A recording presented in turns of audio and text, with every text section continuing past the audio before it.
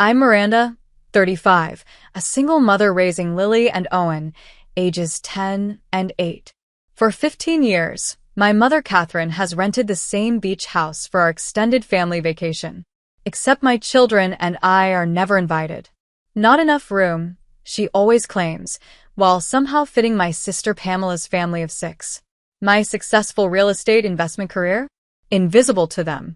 Maybe if you had a real job, Pamela once smirked. I never argued. I just worked harder. Last month, everything changed when I bought something that left my entire family speechless. Before I dive into this story, I'd love to know where you're watching from. Drop your location in the comments, and while you're there, hit that like button and subscribe to hear more stories about family dynamics and unexpected comebacks. Trust me, you'll want to stick around to hear what I said when my sister called crying about being left out. Family dynamics are complicated, but mine sometimes feel like they were scripted for a soap opera. My mother Catherine, now 62, has always made her preferences clear. From childhood birthday parties to college decisions, my sister Pamela received the lion's share of attention, praise, and support. I was expected to figure things out on my own, to be the responsible one. Pamela, 38, married Thomas right after college. He's a successful orthopedic surgeon, and they have 4 beautiful children: Emily, 14, Jacob, 12, Zoe, 10, and Tyler, 7. They live in a 5-bedroom house in an exclusive neighborhood, complete with a pool and home theater. Their Christmas cards look like they're straight out of a magazine. After my father died from a sudden heart attack 16 years ago, my mother started the beach house tradition as a way to keep the family connected. Every summer, she would rent the same sprawling house on Sunset Beach for 2 weeks. The first year, I was invited along with my then-husband Richard. After our divorce 12 years ago, when Lily was just a toddler and I was pregnant with Owen, the invitations became sporadic, then stopped altogether. "We need to prioritize the children," my mother would say, somehow forgetting that I had children too. Meanwhile, I had to rebuild my life from scratch. Richard moved across the country with his new girlfriend and barely sent child support. I started as a real estate agent, working nights and weekends while juggling childcare. I took every class I could on property investment, saved every penny, and slowly began building my portfolio. One small property led to another, then another. But to my family, I was just Miranda who sells houses. 3 summers ago, I received the familiar June phone call from my mother. "Miranda, darling, I've been thinking about the beach house arrangements," she began, her voice carrying that fake apologetic tone I'd grown to recognize. "Yes, Mom," I replied, already knowing what was coming. "Well, with Pamela's family, there's just not enough room this year. Thomas's parents will be joining for the first week, and you know how the children need their space." I took a deep breath. What if the kids shared rooms? Lily could stay with Emily and Zoe, and Owen with Jacob and Tyler. I could take the sofa in the den. There was a pause. "Oh, honey, that wouldn't work. Emily is a teenager now.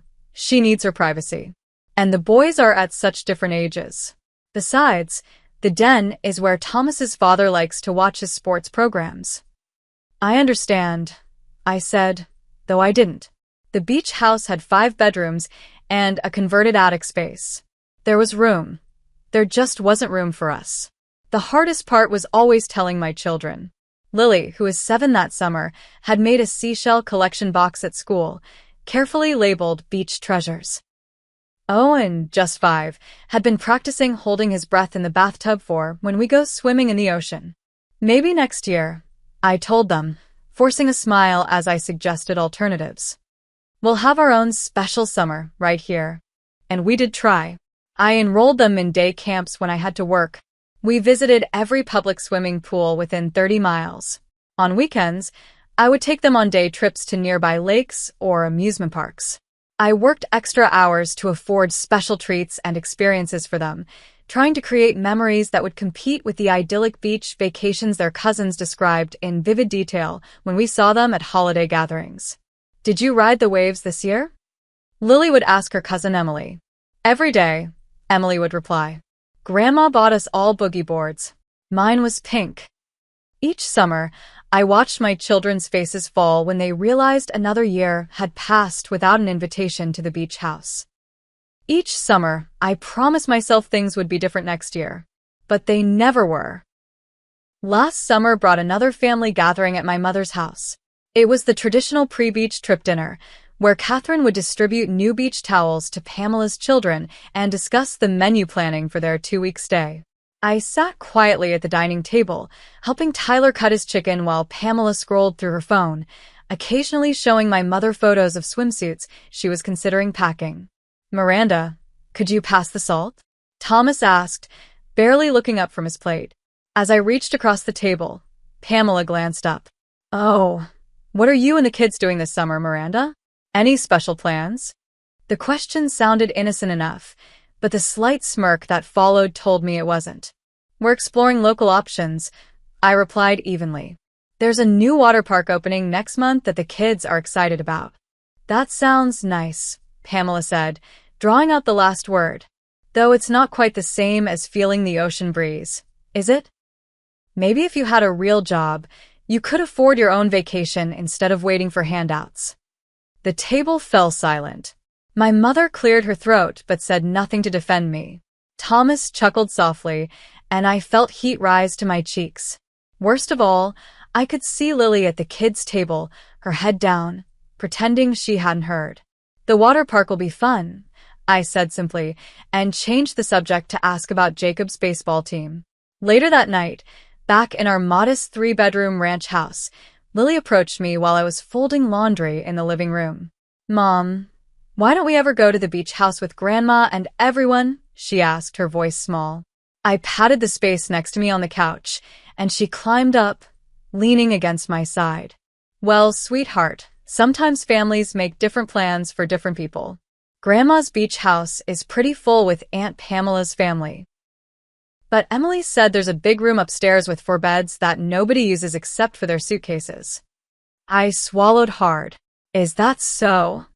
And Aunt Pamela said you can't afford a vacation. Is that true? Are we poor, Mom?" The question stabbed at my heart. I turned to face my daughter, taking her small hands in mine. "No, honey, we're not poor. We have everything we need. I have a good job that lets me be home when you get back from school.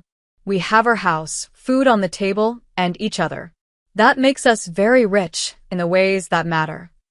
Owen appeared in the doorway, clutching his favorite stuffed dinosaur. "Can we have our own adventure?" he asked. "Just us? Without Grandma and Aunt Pamela?" "That's a wonderful idea," I said, opening my arms so he could join our couch huddle. "What kind of adventure should we plan?" As the children excitedly discussed possibilities ranging from camping in the backyard to visiting Disney World, I made a silent promise to myself. This pattern had gone on long enough. Something needed to change, and since I couldn't count on my mother or sister to be the ones to change it, it would have to be me. That night, after the children were asleep, I sat at my small home office desk and opened my laptop. Instead of catching up on client emails, I began researching coastal property investments. I had been careful with my real estate business, building slowly but steadily. I had a solid reputation and a growing portfolio of rental properties. What if I took a bigger risk? Over the next few weeks, I stayed up late every night, creating a business plan. I reached out to potential investors and partners I had met through my work. I studied market trends in vacation destinations within driving distance. And I found a promising lead, a small, underperforming resort property about 2 hours from the very beach where my mother rented her summer house. The property had potential, but it would require a significant investment. I would need to liquidate some of my existing assets and take out a larger loan than I'd ever considered before. The numbers made me dizzy, but they also worked. On paper, at least, this could be more than just an emotional response to years of exclusion. It could be a smart business move. With trembling hands, I made the first call to my bank to discuss financing options. As I hung up the phone, I felt a strange mix of terror and exhilaration. What had started as a late-night fantasy was beginning to take shape as a real possibility. The next year was the most challenging and transformative of my career. By day, I continued managing my existing properties and serving my real estate clients. By night, I immersed myself in the world of commercial real estate and resort management. I closed 3 major deals that spring, including a small apartment complex that netted me enough commission to pay off my car and set aside a significant sum toward my growing resort fund. My reputation in the local real estate community was solidifying. Twice I was asked to speak at regional investment seminars, and a local business magazine included me in their Women to Watch in Business feature. None of this impressed my family, who still introduced me as simply Miranda. She sells houses at gatherings. In April, I met Barbara Thornton, a successful developer who had transformed several failing hotels into boutique destinations. After my presentation at a real estate investment forum, she approached me with a business card and an invitation to coffee. "You've got good instincts," she told me over espresso the following week. "But you're playing it too safe. What's your big vision?" I hesitated, then pulled out my folder of research on the coastal resort property. Barbara studied my numbers, asking pointed questions about my financing plan, renovation budget, and marketing strategy. After an hour of grilling me, she sat back and smiled. "You might be onto something here," she said. "If you're serious about this, I'd like to mentor you through the process."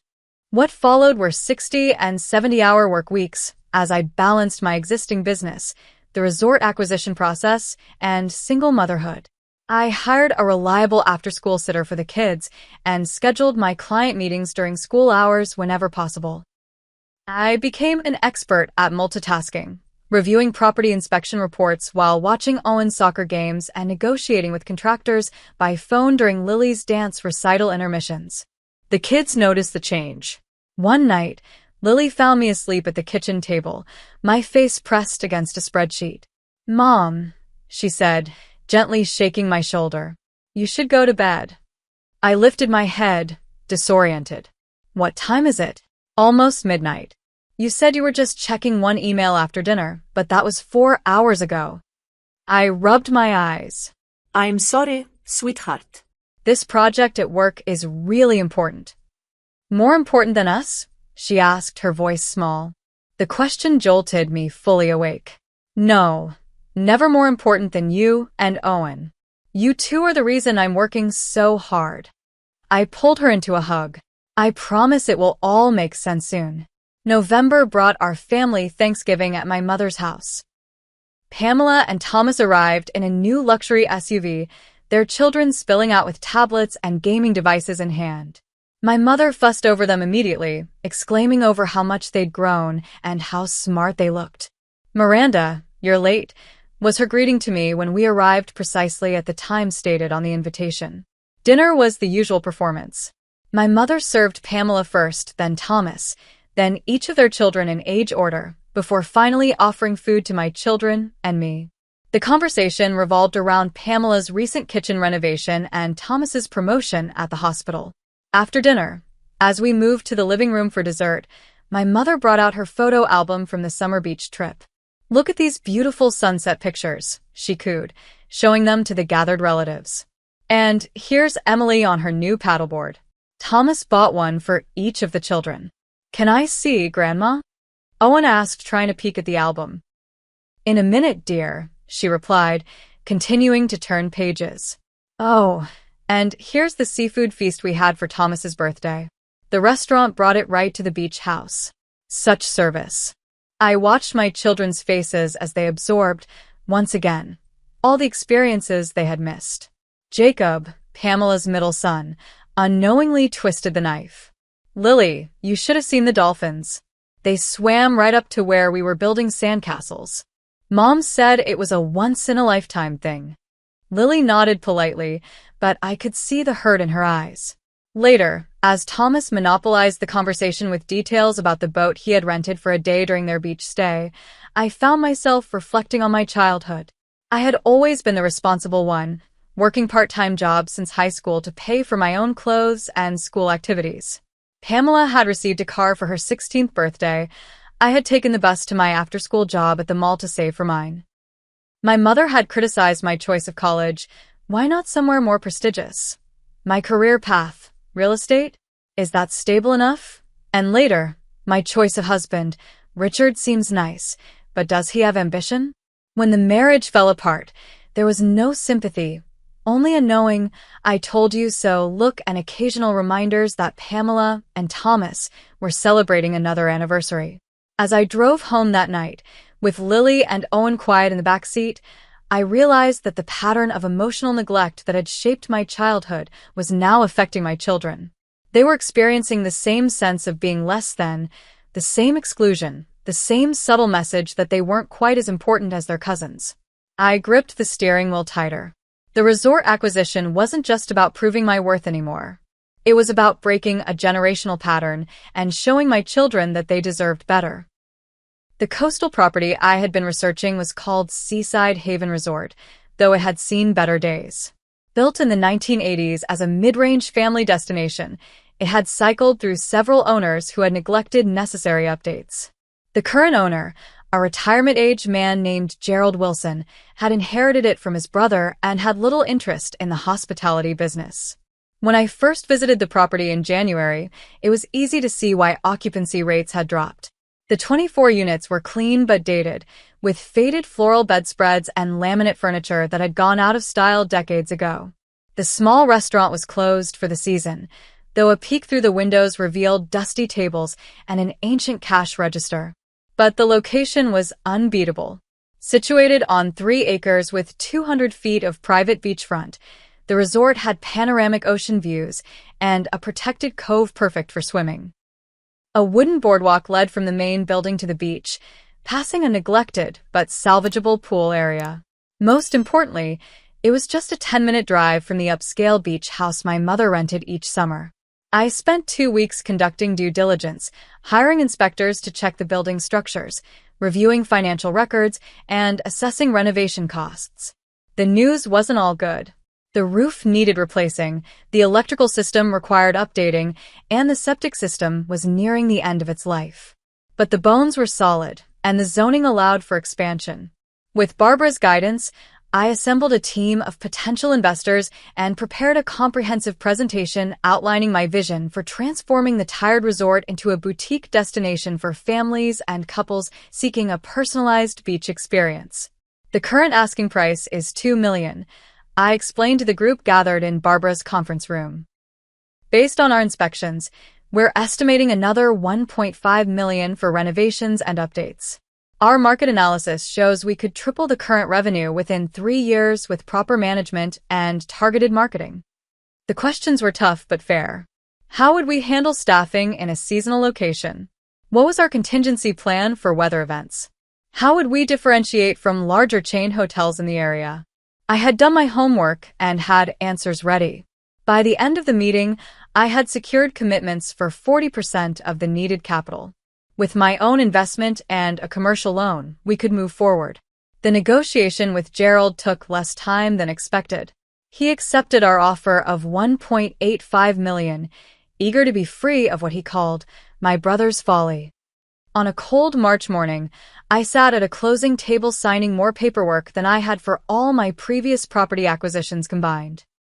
"Congratulations," said the attorney, sliding the final document across for my signature. "You're now the proud owner of Seaside Haven Resort." As I drove home from the closing, I was overwhelmed by conflicting emotions.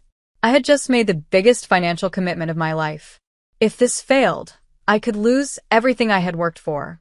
And yet, I felt a sense of power I had never experienced before. For the first time, I had taken a risk on my own terms, without seeking anyone's approval. I hadn't told my family about the resort.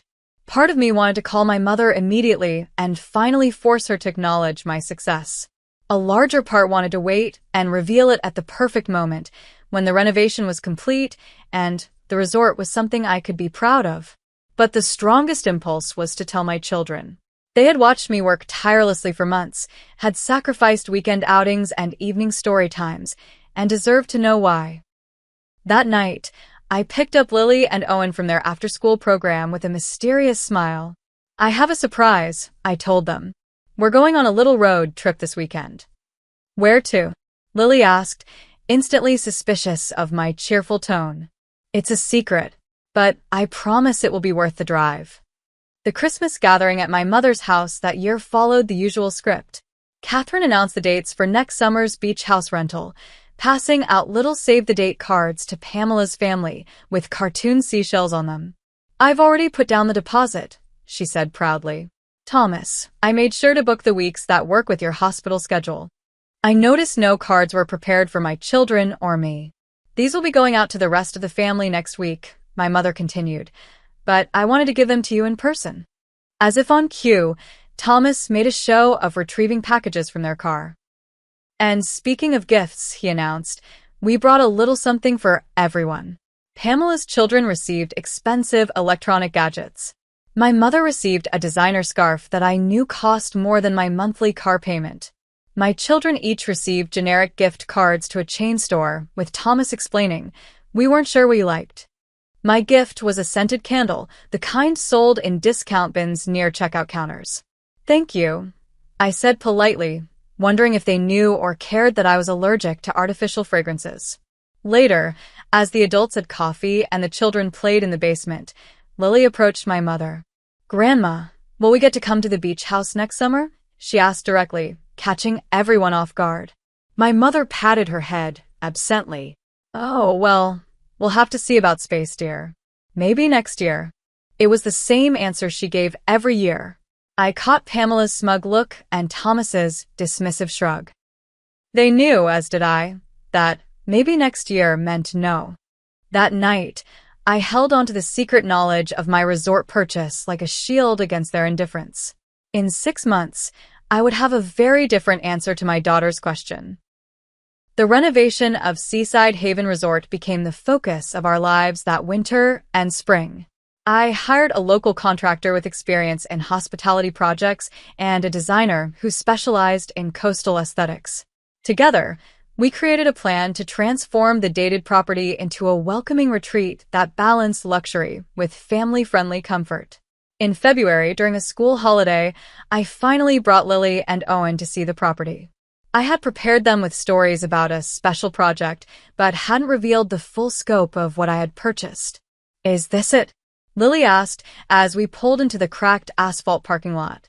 The main building's faded sign hung slightly crooked, and peeling paint was visible even from a distance. "It doesn't look very special," Owen added, his face pressed against the car window. "It doesn't look special yet," I corrected him, turning off the engine. "But it will. Come on, let me show you something." I led them past the reception area with its outdated wood paneling and dusty fake plants, through a side door, and onto the wooden boardwalk that led to the beach. The February wind whipped at our jackets, but the view was spectacular. Waves crashed against the shore, and seagulls circled overhead against a brilliant blue sky. "This," I said, gesturing to the expanse of ocean before us, "is what makes this place special. And guess what? It belongs to us now." "The ocean?" Owen asked, his eyes wide. I laughed. No, silly. "Not the whole ocean, but this resort, with this private beach access. I bought it. We own it." Lily's mouth dropped open. "You bought a hotel?" "A resort," I corrected her. "And yes, I did. This is what I've been working on all these months. We're going to fix it up and make it beautiful. And then next summer, we'll spend the whole season right here." "Right next to Grandma's beach house?" Owen asked. 10 minutes away, I confirmed. "Close enough to visit if we want to, but we'll have our own place, on our own beach." The children were silent for a moment, taking it all in. Then Lily turned to me, her expression serious. "Can we help decide what it looks like? The rooms and stuff?" "Absolutely," I assured her. "In fact, there's one suite I was hoping you two would help me design specifically. It's going to be called the Family Suite, and it will be the best room in the whole resort." Their excitement was immediate and contagious. For the next hour, we walked the property as I pointed out where improvements would be made. Owen wanted a bigger pool with a slide. Lily suggested a library corner in the lobby with books for guests to borrow. They both agreed the restaurant needed an ice cream bar. I took notes of their ideas, many of which were surprisingly practical. By the time we headed home, they were fully invested in the project, already making plans for which friends they would invite to visit during the summer. The renovation process was not without challenges. A routine inspection revealed asbestos in the ceiling tiles of the restaurant, requiring specialized removal that ate into our contingency budget. A late March storm damaged part of the boardwalk, setting our exterior work back by weeks. And finding qualified staff willing to commit to a property that wasn't yet operational proved harder than expected. But for every setback, there were moments of progress that kept me motivated. The day the new resort sign was installed, with its elegant driftwood-inspired logo. The afternoon I walked through the first completely renovated guest room, with its custom-built furniture and subtle coastal color palette. The morning the landscapers finished planting native grasses and flowers along the winding paths. Barbara visited regularly, offering advice and connecting me with industry contacts. She brought potential corporate clients to tour the property, even in its unfinished state, helping me secure advance bookings for business retreats in the fall and winter months. "You're doing it," she told me during one visit, as we stood on the newly rebuilt deck overlooking the ocean. "And not just the physical renovation. You're reinventing yourself as a business owner, not just an agent or investor." Her words struck a chord. I had been so focused on the practical aspects of the project that I hadn't fully acknowledged my own transformation. I was finding my voice after years of staying quiet. I was setting boundaries with contractors and vendors when work didn't meet my standards. I was making decisions without seeking approval or validation from anyone else. Most importantly, I was showing my children what resilience looked like in action. They saw me problem solve when deliveries were delayed or budgets needed adjusting. They watched me stand firm when the building inspector tried to rush through his review. They witnessed me navigate the complex world of business loans and insurance policies with growing confidence. As spring progressed, word about the resort renovation spread through the local business community. The Regional Business Journal ran a feature about the project, highlighting my background and vision for the property. Former colleagues and clients reached out to congratulate me, some expressing interest in booking future stays. I hadn't sought publicity, preferring to focus on completing the work before making grand announcements. But when the article was published, complete with renderings of the planned final design, my phone began ringing with inquiries from potential guests. One of those calls came from my cousin Nathan, my mother's nephew. "Miranda? I just saw the article about your resort project." "Is that really you?" I confirmed that it was, giving him a brief overview of the renovation timeline. "That's incredible," he said, genuine admiration in his voice. "Does Aunt Catherine know about this?" "Not yet," I admitted. "I've been waiting for the right time to tell the family." There was a pause. "Well, I think it's fantastic. Pamela sent out an email about the annual beach trip, but honestly, your place looks a lot nicer than the house they usually rent. When do you open for reservations?" That conversation planted a seed in my mind.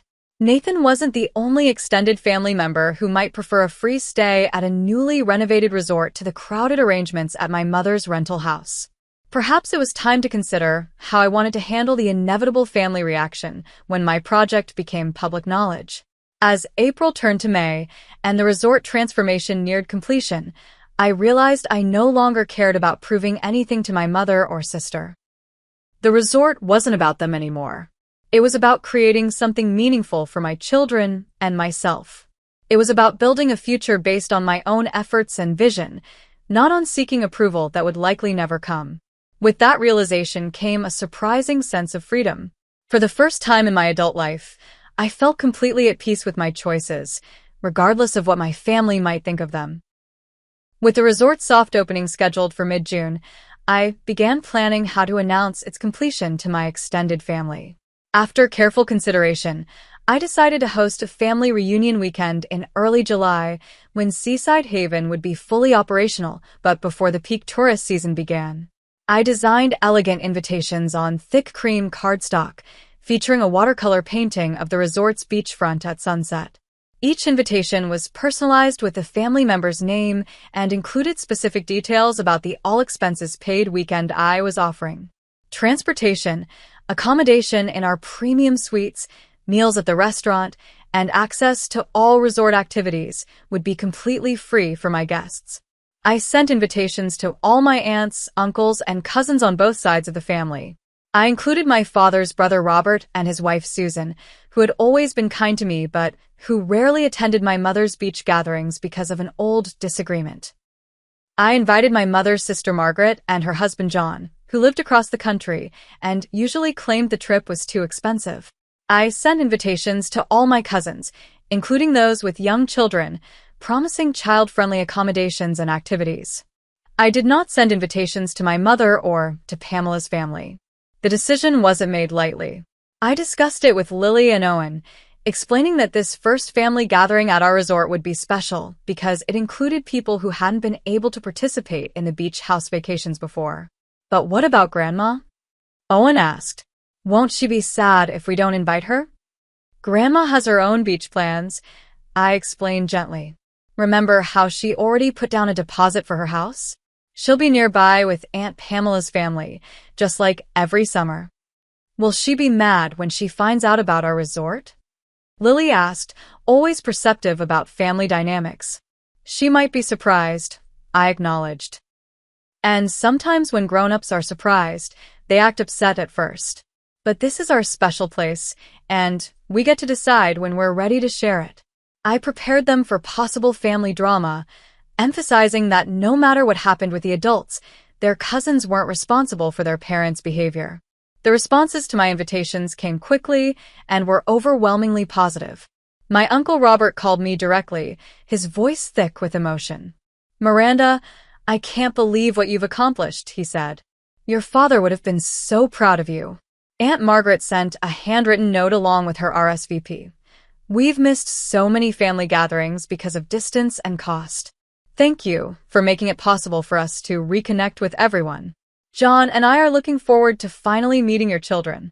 Cousins I hadn't spoken to in years reached out with enthusiastic acceptances and questions about the resort amenities. Several mentioned that they had often felt excluded from the beach house gatherings due to space limitations or conflicts with my mother. Is Catherine hosting her usual beach week? My cousin Nicole asked when she called to confirm her attendance. Will she be joining us at the resort? Mom has her traditional rental house, I explained, keeping my tone neutral. This is a separate event. Interesting, Nicole replied. I could hear the curiosity in her voice, but she didn't press further. As the RSVPs accumulated, I realized that nearly 30 family members had accepted my invitation. Many expressed surprise and admiration at what I had accomplished, having heard little about my career progress over the years. It took less than a week for word to reach my mother and Pamela. The call came on a Tuesday evening as I was reviewing the final delivery schedule for the resort's restaurant equipment. Miranda, it's Pamela. My sister's voice came through the speaker, tight with barely controlled anger. What's this I hear about you buying a resort and hosting some kind of family reunion? I took a deep breath, reminding myself to stay calm. Hello, Pamela. Yes, I've purchased and renovated a property called Seaside Haven Resort. We're hosting a gathering for extended family in early July. And you didn't think to invite your own mother and sister? Emily just heard from Nicole's daughter that they're all going to stay at some fancy place you bought. Do you have any idea how that made her feel? The kids are crying, Miranda. They think you hate them. The emotional manipulation was so transparent, it almost made me laugh. Pamela had never cared about my children's feelings when they were excluded year after year. I'm sorry the children are upset, I said evenly. This particular weekend is for family members who haven't had the opportunity to join the beach house vacations in the past. As Mom has already arranged her usual rental, I assumed you would be continuing with those plans. That's the most ridiculous excuse I've ever heard, Pamela snapped. You're deliberately excluding us out of spite. Mom is devastated. I doubted that. My mother was more likely angry than hurt, but Pamela had always been her messenger when difficult conversations were needed. The resort will be open all summer, I said. You're welcome to book a stay as regular guests at another time. Book a stay? You expect us to pay to visit your little motel when we've been inviting you to the beach house for years. I almost corrected her on both points. Seaside Haven was hardly a little motel, and they had specifically not been inviting me to the beach house. But I bit my tongue. Listen carefully, Pamela, I said instead, my voice firm but controlled. For 15 years, I've watched you and Mom pack up for beach vacations while telling me and my children there wasn't enough room for us. I've listened to your comments about my career, my parenting, and my life choices. I've smiled and stayed quiet when you belittled me in front of my children. Not anymore. There was silence on the other end of the line. I built this resort through hard work and smart investments. I continued. It's a business I'm proud of, and it's also a fresh start for me and my children. The family members I've invited are people who have shown us kindness and inclusion, even from a distance. When you're ready to do the same, we can talk about future gatherings. So that's it. Pamela's voice had shifted from angry to tearful.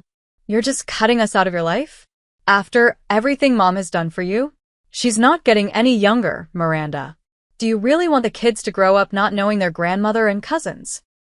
It was the same emotional leverage she had always used to keep me in line. This time it didn't work. My children see their grandmother at Christmas and Thanksgiving, and they're welcome to continue those visits. As for their cousins, they would love to build closer relationships with them when it's not predicated on us being treated as second-class family members. Pamela was openly crying now. You can't do this. It's not fair to the children. They've been looking forward to seeing you at the beach all year. Have they? I asked quietly. Because my children have been looking forward to it for 15 years, Pamela. And every year, they've been disappointed. So forgive me if I find it hard to believe your children have been eagerly anticipating seeing cousins they barely acknowledge at family gatherings. What do you want me to say? She demanded. That we were wrong. Fine, we were wrong. We should have made more effort to include you. Is that what you need to hear? What I need, I replied steadily, is for you to understand that this isn't about getting an apology or admission of guilt. This is about me finally prioritizing my children's happiness and my own well-being. For once, I'm not asking for your approval or inclusion. I'm creating my own space where we feel valued and welcome. There was a long silence. When Pamela spoke again, her voice was cold. Mom was right about you. You've always been selfish, always had to make everything about you. Well, congratulations on your little revenge project. I hope it was worth destroying the family over. Before I could respond, she hung up. I sat for a moment, letting the accusation settle. Was I being selfish? Was this whole project really about revenge? I thought about the joy on my children's faces when they helped design the family suite. I remembered the pride I felt watching the construction progress each week. I considered the genuine excitement from extended family members who had felt as excluded as we had over the years. No, this wasn't about revenge. It was about growth, about creating new traditions, about showing my children that they deserved to be prioritized. And if Pamela and my mother couldn't see that, it was their loss, not mine. The family reunion weekend at Seaside Haven Resort exceeded all my expectations. As guests arrived on Friday afternoon, the newly trained staff welcomed them with signature cocktails for the adults and special mocktails for the children. The weather cooperated beautifully, with clear skies and a gentle ocean breeze that carried the scent of salt water and the jasmine we had planted along the walkways. Lily and Owen appointed themselves unofficial tour guides, proudly showing their cousins and second cousins around their resort. They knew every corner of the property, from the best spot to watch dolphins in the morning to the secret path through the dunes that led to a hidden tide pool. My mom designed this whole place. I overheard Lily telling her cousin Nicole's daughter Madison. She worked really hard, and now it's the prettiest resort on the whole beach. The family suite, which the children had helped design, became the unofficial gathering spot for the younger generation. With its bunk room for the kids, separate bedroom for parents, and expansive living area opening onto a private deck, it was perfect for family movie nights and board game tournaments. Uncle Robert, who had been something of a surrogate father to me after my dad died, raised a toast at our first dinner in the resort's restaurant. To Miranda, he said, his glass held high, who reminds us that success is the best revenge, but family is the best reward. The weekend was filled with activities, from guided nature walks along the shore to a bonfire with s'mores on Saturday night. I had arranged for a professional photographer to capture family groups, providing everyone with framed photos as mementos. Most meaningful to me were the quiet conversations with relatives I had rarely seen over the years. Aunt Margaret shared stories about my father's childhood that I had never heard. Cousins who had built successful careers in other cities offered business connections and advice for expanding the resort concept. Even distant relatives who had been on the periphery of family gatherings expressed genuine interest in my journey and my children's lives. On Sunday morning, as I was having coffee on the main deck, the resort manager approached me. "Ms. Wallace, there's a woman at reception insisting on speaking with you. She says she's your mother. She doesn't have a reservation, and she seems upset." I had been expecting this moment, though I thought it might come later in the summer, when my mother's beach house rental began. Taking a deep breath, I thanked him and made my way to the lobby. Catherine stood at the reception desk, her posture rigid and her expression a mixture of anger and disbelief. She was dressed for church, in a floral dress and pearls, clearly having come directly from her Sunday service. "Miranda," she said when she saw me, her voice carrying across the open space. "What is the meaning of this spectacle?" I gestured toward a small seating area away from the front desk. "Let's talk privately, Mom." Reluctantly, she followed me to the arranged chairs, perching on the edge of one, as if afraid to get comfortable. "How could you do this?" she demanded once we were seated. "Buying a property practically next door to our beach house and inviting the entire family except your own mother and sister? Do you have any idea how humiliating this is?" I looked at her carefully, seeing beyond the carefully applied makeup and designer outfit to the signs of age I hadn't noticed before. There were new lines around her eyes, and her hands, clutching her purse, showed prominent veins and age spots. "That wasn't my intention," I said truthfully. "This resort is a business investment and a new chapter for me and my children." The family gathering this weekend includes people who haven't been able to participate in the beach house vacations for various reasons. "Don't pretend this isn't about punishing me," she snapped. "Robert called to tell me what a wonderful time everyone is having at your resort. He mentioned how proud your father would be of your independence and business acumen." Her voice turned bitter. "As if I hadn't been the one encouraging your independence all these years." I almost laughed at the revisionist history. "Is that what you call it? Encouraging independence?" Because from my perspective, it looked a lot like being excluded and dismissed. "I always treated you and Pamela exactly the same," she insisted. "No, Mom, you didn't. And we both know it. But that's not why I'm here today, running this resort. I'm here because I saw an opportunity and took it. I'm here because I wanted to create something special for my children. I'm here because I finally stopped waiting for your approval and decided to live my life on my own terms." She was silent for a moment, her eyes scanning the lobby with its tasteful coastal decor and the large windows showcasing the ocean view. "It's nice," she admitted reluctantly. "I had no idea you were capable of something like this. Why didn't you tell me what you were planning? Would you have been supportive?" I asked. "Or would you have told me it was too risky, too ambitious, too much for a single mother to take on?" She didn't answer, which was answer enough. "I'd like to see the rest of it," she said instead. "Since I'm here." I gave her the abbreviated tour, showing her the restaurant, pool area, and one of the standard guest rooms. She made occasional comments about the decor or asked practical questions about staffing and maintenance. It was the longest civil conversation we had had in years. As we walked along the boardwalk toward the beach, she finally addressed the elephant in the room. "Pamela is very upset, you know. The children were counting on seeing Lily and Owen this summer." "They're welcome to visit," I said. "But as guests, not as people doing us a favor by allowing us into their vacation." "That's not fair, Miranda. We never meant to make you feel that way." I stopped walking and turned to face her. "Intention doesn't change impact, Mom. Whether you meant to or not, that's exactly how you made us feel. Year after year." She looked away, watching a pair of seagulls circling over the water. "I suppose we could visit for a day," she said finally, "during our beach house stay, to let the cousins play together." It wasn't an apology, but it was something. A small acknowledgement that things needed to change. "I think that would be nice," I replied. "The kids would enjoy that." As I walked her back to the parking lot, she made one final attempt to regain the upper hand. You know, your independence has always been your strongest quality. I raised you to stand on your own 2 feet, and look at what you've accomplished because of it. In a way, this resort is a testament to my parenting. I could have argued, could have pointed out the absurdity of her taking credit for the very resilience I had developed despite, not because of her parenting. But what would be the point? Goodbye, Mom, I said simply. Enjoy your beach vacation.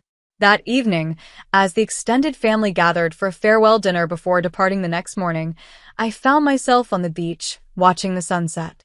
Lily and Owen were playing in the shallow waves with their cousins, their laughter carrying on the evening breeze. Uncle Robert joined me, his weathered face reflecting the golden light. You've created something special here, he said, gesturing not just to the resort behind us, but to the scene before us. And I don't just mean the buildings and the business. I nodded, understanding what he meant. Beyond the physical transformation of the property, I had created a new kind of family connection, one built on mutual respect and genuine affection rather than obligation or tradition. I saw Catherine leaving earlier, he continued. How did that go? About as well as could be expected, I replied. She's not ready to admit any wrongdoing, but she's willing to arrange a day visit during their beach stay. Robert chuckled. Baby steps. That's more flexibility than I've seen from my sister in decades. As the sun dipped below the horizon, painting the sky in shades of pink and orange, I felt a profound sense of peace.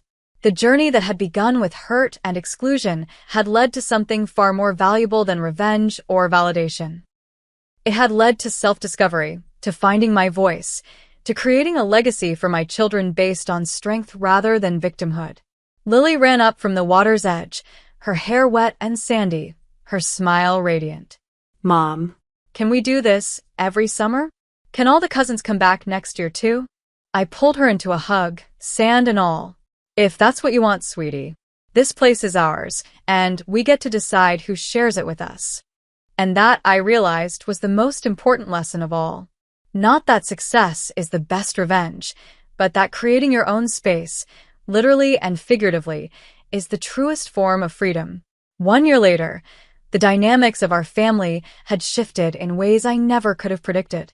Seaside Haven Resort had completed its first full season with nearly 90% occupancy, exceeding our financial projections.